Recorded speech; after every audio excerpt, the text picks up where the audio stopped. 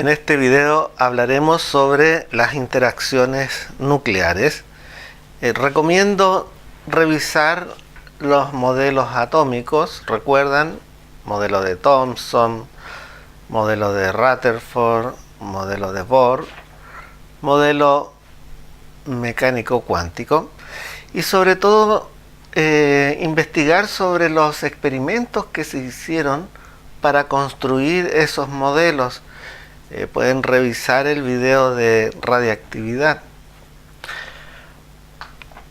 Ahora, el ser humano, para poder entender la estructura del átomo y muchos fenómenos de la naturaleza, ha debido realizar experimentos. A partir de 1945-1950 se diseñó una máquina llamada acelerador de partículas, un ciclotrón, que su fin es acelerar algunas partículas del átomo, protones, y hacerlas colisionar con el objeto de averiguar si realmente las partículas elementales de la materia son las que constituyen el átomo. En el átomo teníamos protones y neutrones en el núcleo, y orbitando en torno a ese núcleo teníamos otra partícula llamada electrón. Recordemos que el número atómico era la cantidad de protones y el número másico era la cantidad de protones más la cantidad de neutrones. Al hacer colisionar estos nucleones, se esperaba investigar si estos se subdividían en partículas aún más pequeñas que las ya conocidas. Y efectivamente se encontró que los nucleones le llamamos a los protones y neutrones, nucleones.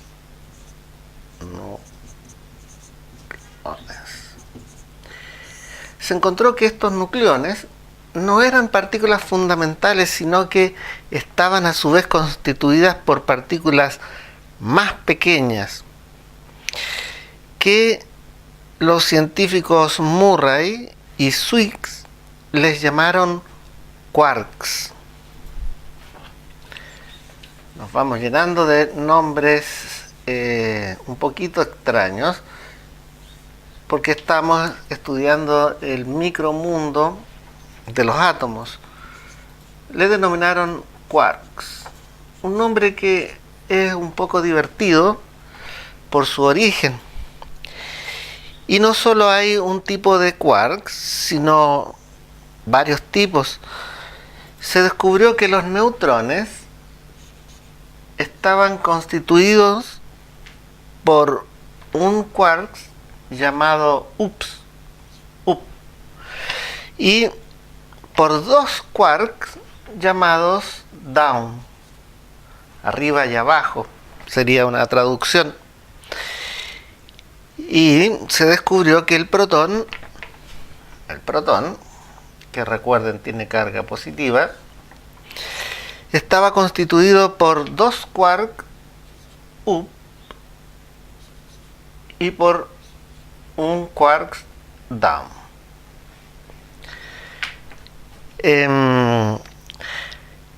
Ahora, la interacción, recuerden que estamos hablando del núcleo atómico. Por ejemplo, tenemos un protón, lo voy a dibujar como si fuera una esfera, aquí entre medio un neutrón y aquí otro protón, y en torno a este núcleo están orbitando los electrones. Esta interacción entre los quarks que constituyen a los neutrones y los protones es un poco extraña. Cuando intentamos separar a dos quarks, cada vez se necesita más energía y al separarlos ya al límite, se ha necesitado tanta energía que se generan un par de nuevos quarks.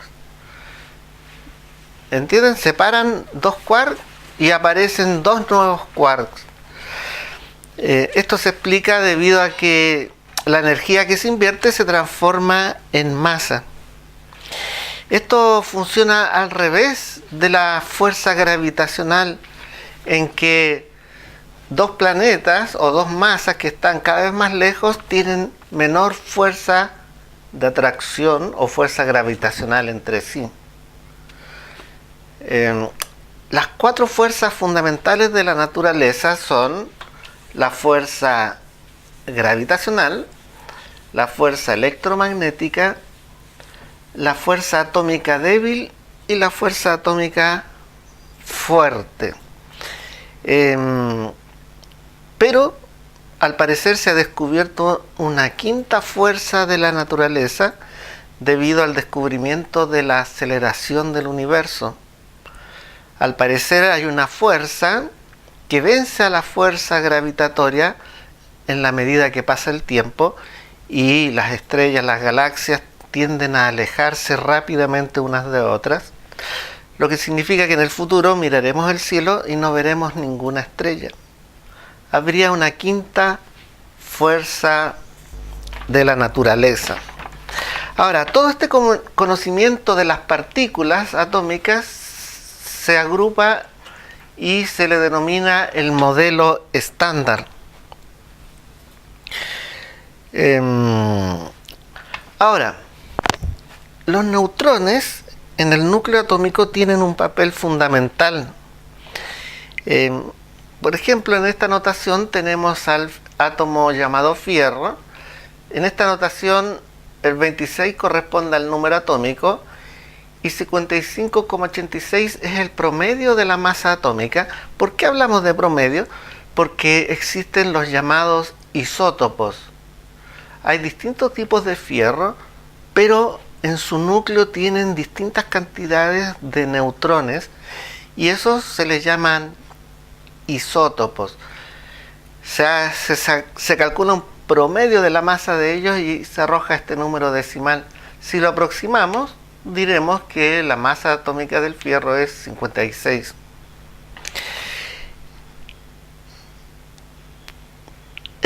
La masa atómica se mide en UMA, unidades de masa atómica. Hay dos maneras de anotarlo, simplemente con una U o UMA, unidades de masa atómica. Podemos hacer unas preguntas.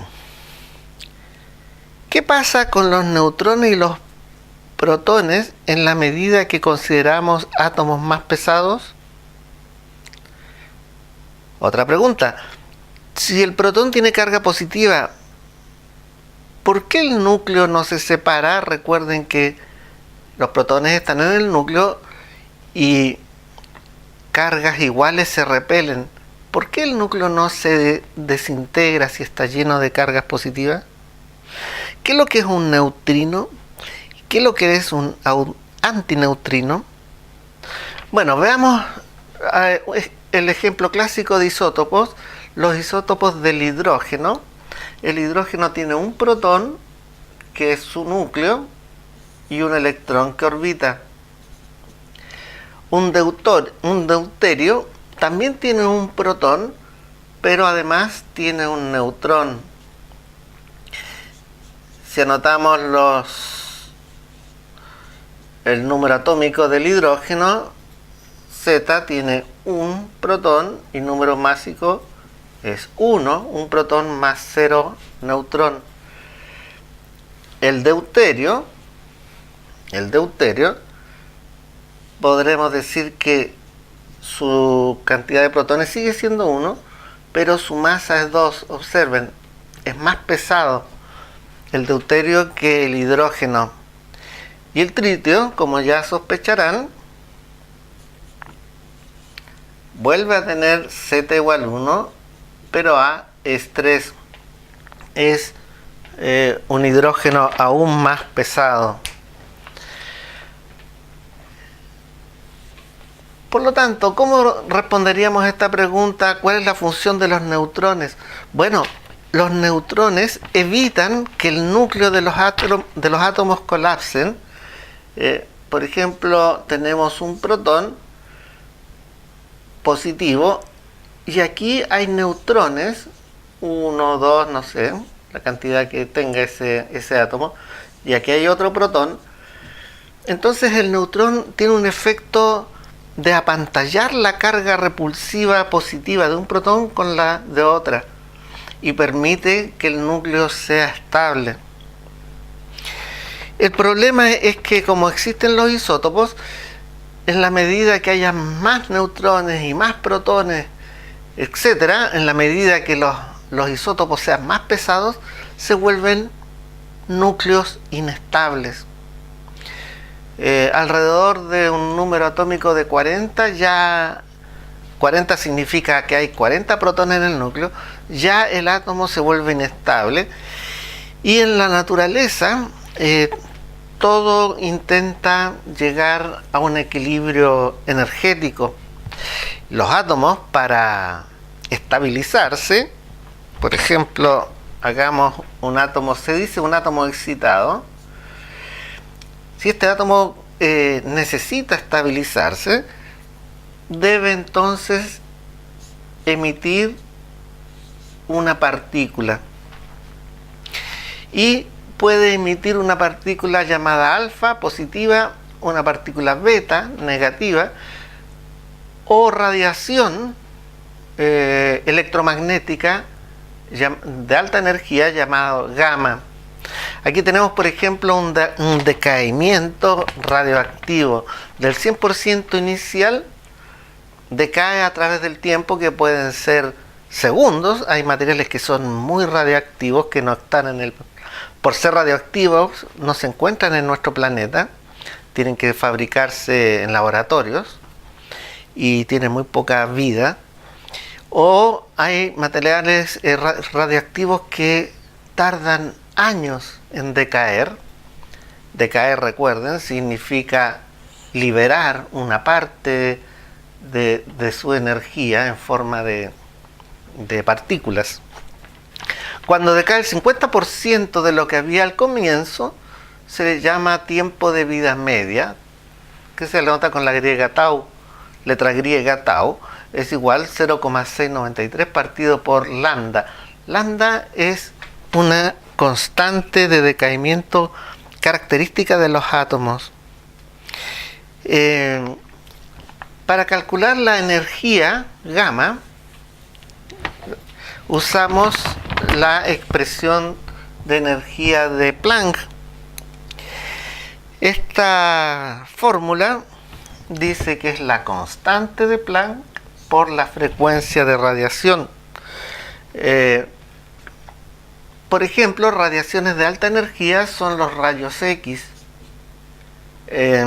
También los rayos gamma y en menor medida las radiaciones ultravioleta.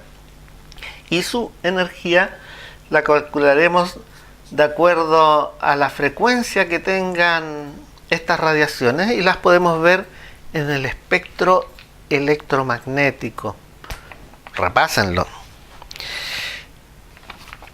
Ahora, este decaimiento trae consigo asociado una energía. Quien descubrió la relación entre energía y masa fue Albert Einstein, y esta tal vez sea la ecuación más famosa en toda la historia. Energía es igual a masa por velocidad de la luz al cuadrado. Eso significa que en un gramo de materia hay 90 millones de megajoules de energía. Por ejemplo, veamos esta emisión alfa. Esta notación de átomos, abajo va el número atómico, y arriba va la masa atómica, al revés de lo que mostramos aquí. Hay que tener cuidado con la notación. Transmuta en otro elemento, Y, le restamos 4 arriba y le restamos 2 abajo. ¿Por qué? Porque emite una partícula alfa, que son átomos de helio positivos. Y además libera calor. ¿Cómo calculamos ese calor? Lo haremos mediante la siguiente expresión. El calor es la energía que se libera en este proceso. Por ajuste de unidades en el sistema internacional aparece este número 931,5 y luego pensamos en la ley de conservación de masa.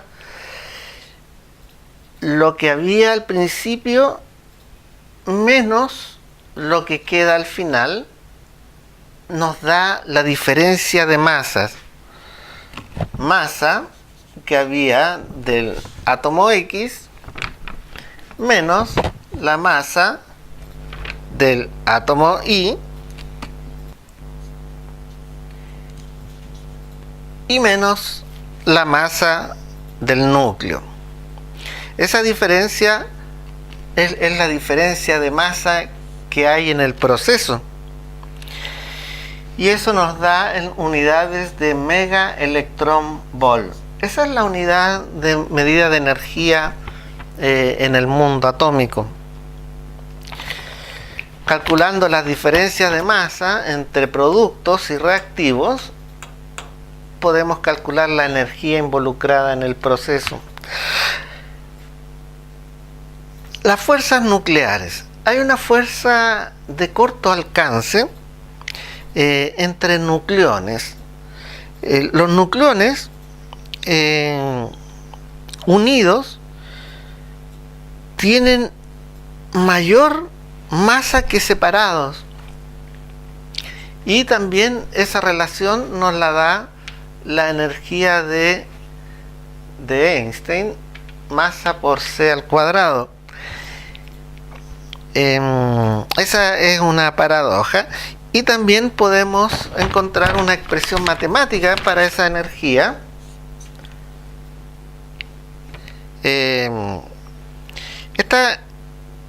Esta energía de corto alcance, antes que escribir una expresión matemática, esta energía de corto alcance aparece a distancias de 10 elevado a menos 15 metros. Distancias muy muy pequeñas, y se mantienen unidos debido al intercambio de mesones. Mesones son partículas de intercambio que hacen que los nucleones puedan unirse. Vayan tomando notas de estas nuevas palabras e investiguen sus definiciones. Nucleones, mesones, neutrinos, quarks, en fin. Ahora, la energía de ligadura es la energía con que dos nucleones se mantienen unidos. Y podemos pensar en esta relación muy parecida a la anterior. Z, el número atómico, por la masa del protón, más el número másico menos el número atómico por la masa del neutrón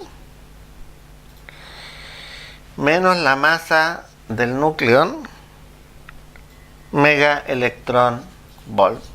Esto nos da la energía con que dos nucleones se mantienen unidos, y depende del número atómico, de la masa del protón, del número atómico, de la masa del neutrón y la masa del nucleón. Ahora bien,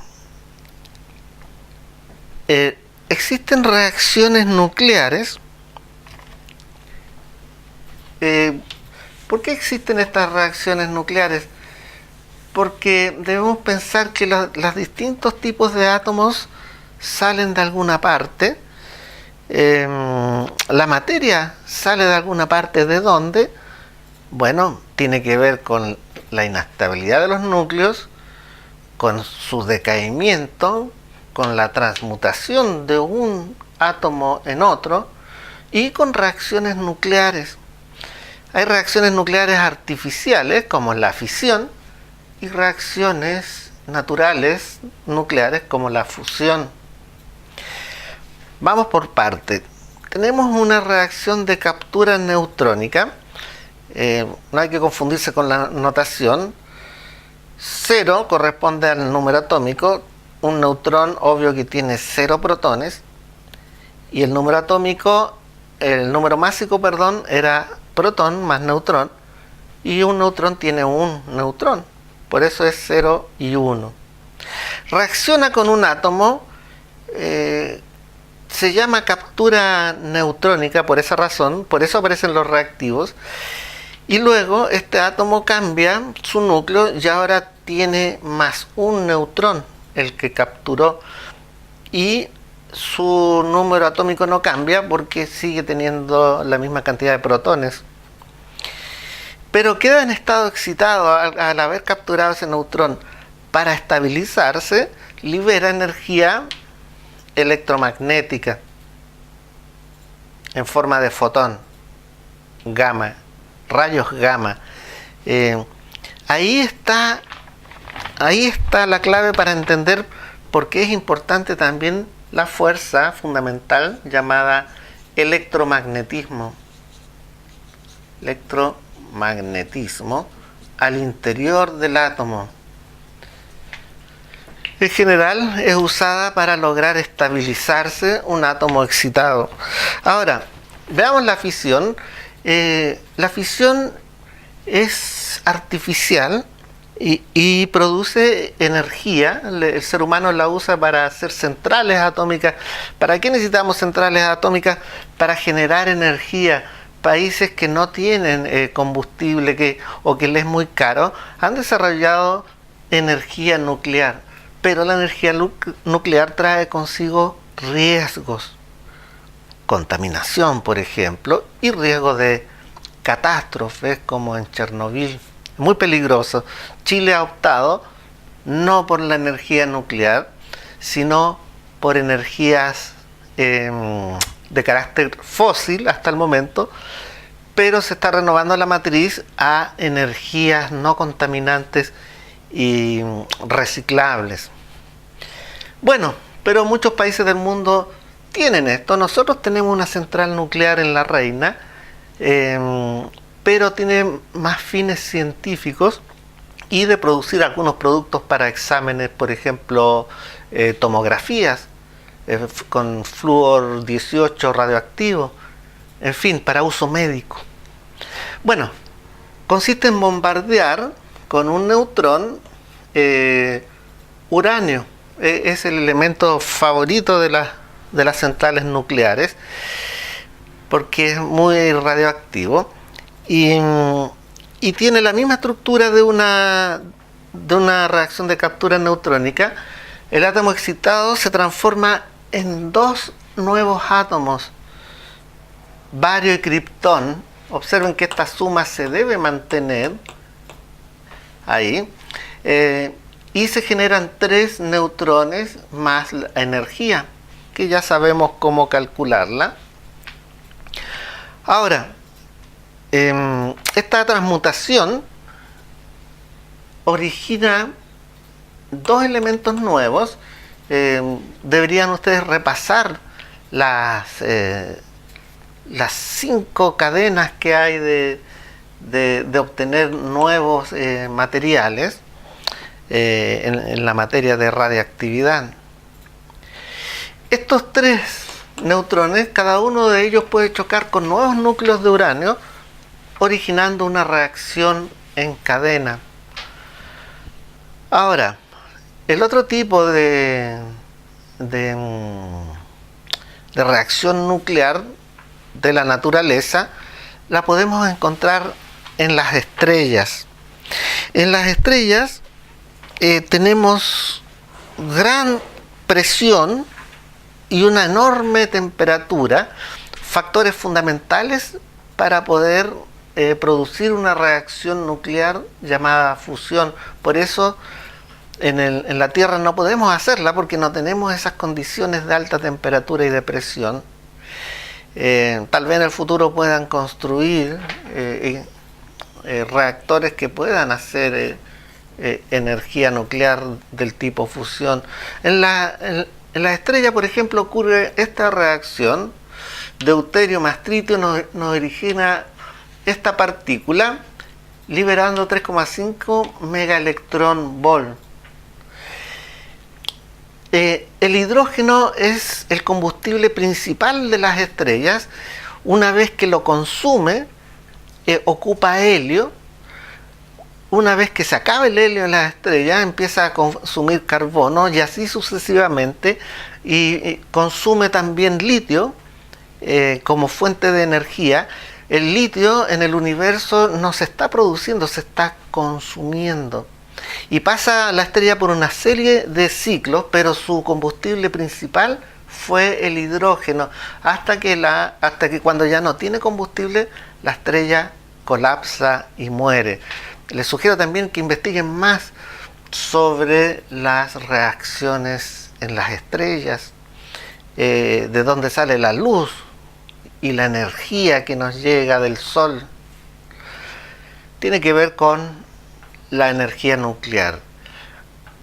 Las 4 interacciones fundamentales hasta el momento que se estudian, aquí tenemos un gráfico, tenemos la energía atómica, la fuerza nuclear débil, que es a una distancia de 10 a la menos 22 metros.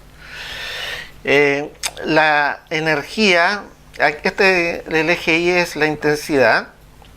La energía o la fuerza nuclear fuerte actúa a una distancia de 10 a la menos 17 metros. La fuerza gravitatoria, acá, y la fuerza electromagnética. Cambia la importancia de estas fuerzas dependiendo de a qué distancia nos encontremos al interior del átomo. Muy lejos del átomo ya estas fuerzas, la atómica débil y la fuerte, ya no tienen importancia, sino la electromagnética y la gravitacional a grandes distancias. Pero a nivel del interior del átomo son estas dos fuerzas las que priman. Bueno, eso es lo que queríamos comentar en este video, y hagan su material y revisen el material complementario.